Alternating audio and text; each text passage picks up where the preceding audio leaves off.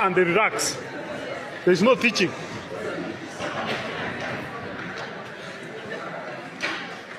Ebu, I just want to see students just going away. No one is coming to teach you.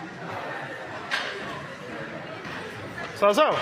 The strike shall commence on Wednesday, 17th September 2025, and it shall continue.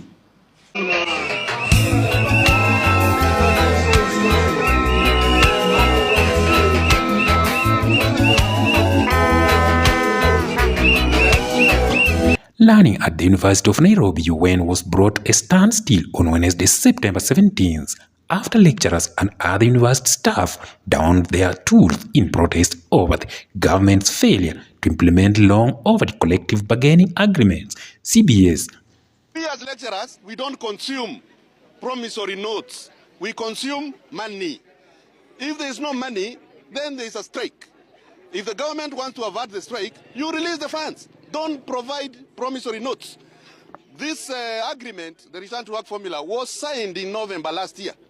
So when we come to August, we have already given you September and August to prepare yourself. But now our patience is over. We are launching the strike today.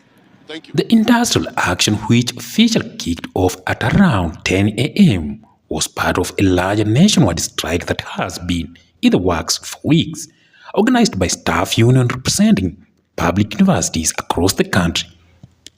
The strike shall commence on Wednesday, 17th September 2025, and it shall continue until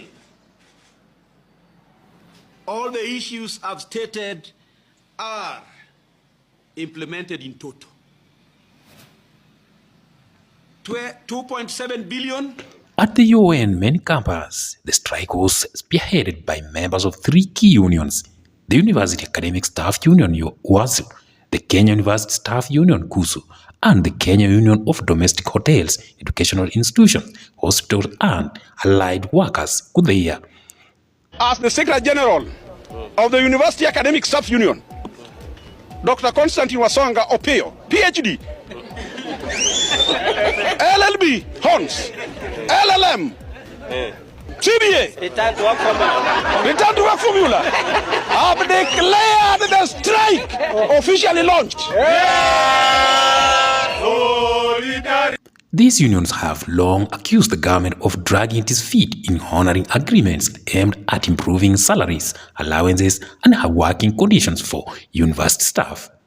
As the strike gathered momentum, lectures moved from one faculty to another, ensuring that teaching activities were completely halted.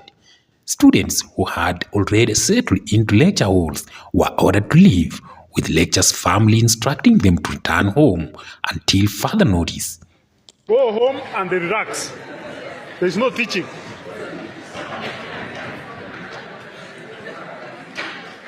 Ebu, I just want to see students just going away.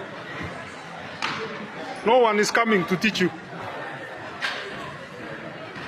So.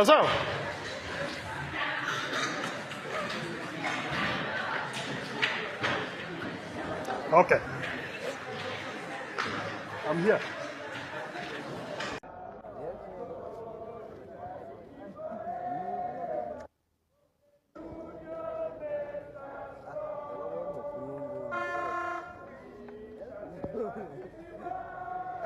The move sparked mixed reactions among learners, many of whom expressed frustration over the frequent disruption of their academic programs due to labor disputes between the government and university staff.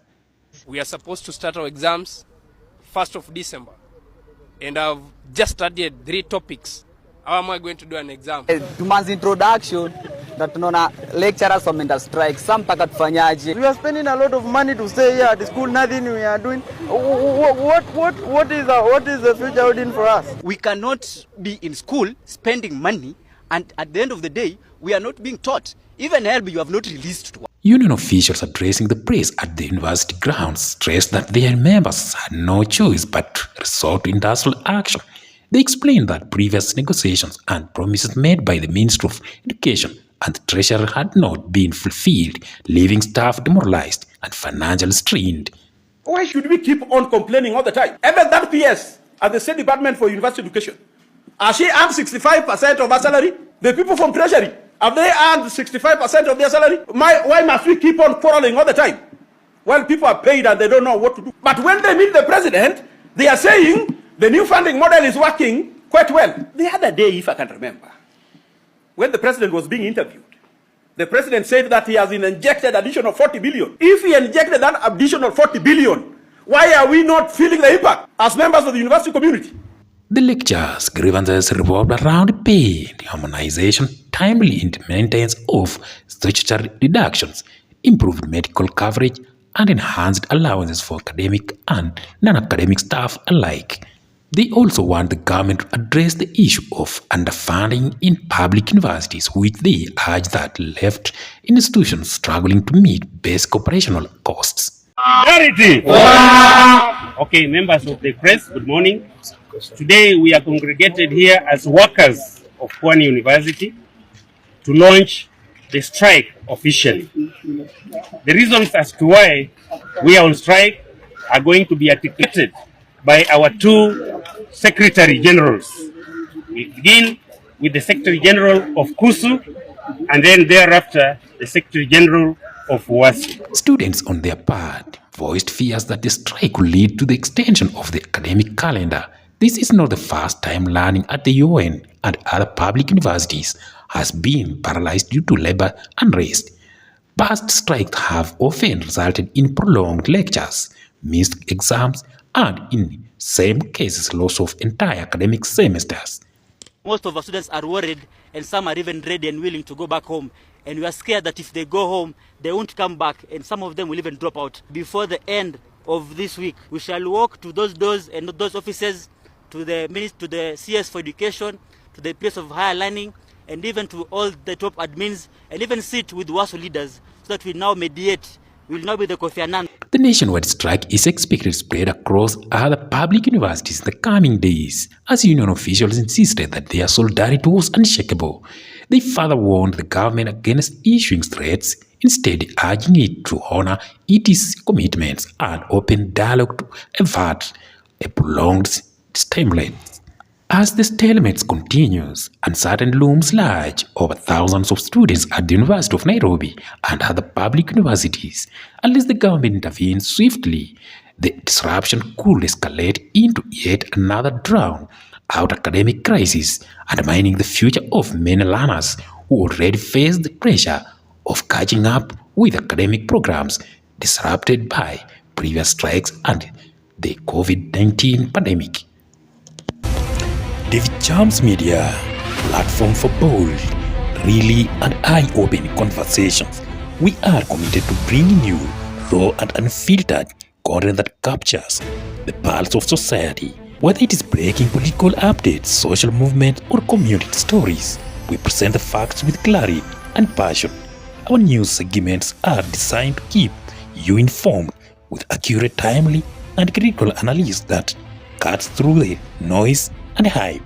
We ask the hard questions and go beyond headlines to explain what it means for you. David Chams Media, we stand for truth, courage, and connection. Our mission is to amplify voices, provoke thought, and build a community that listens, learns, and acts.